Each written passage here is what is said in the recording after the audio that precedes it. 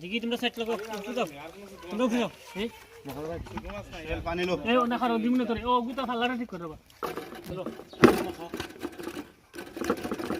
ও বাড়ি তো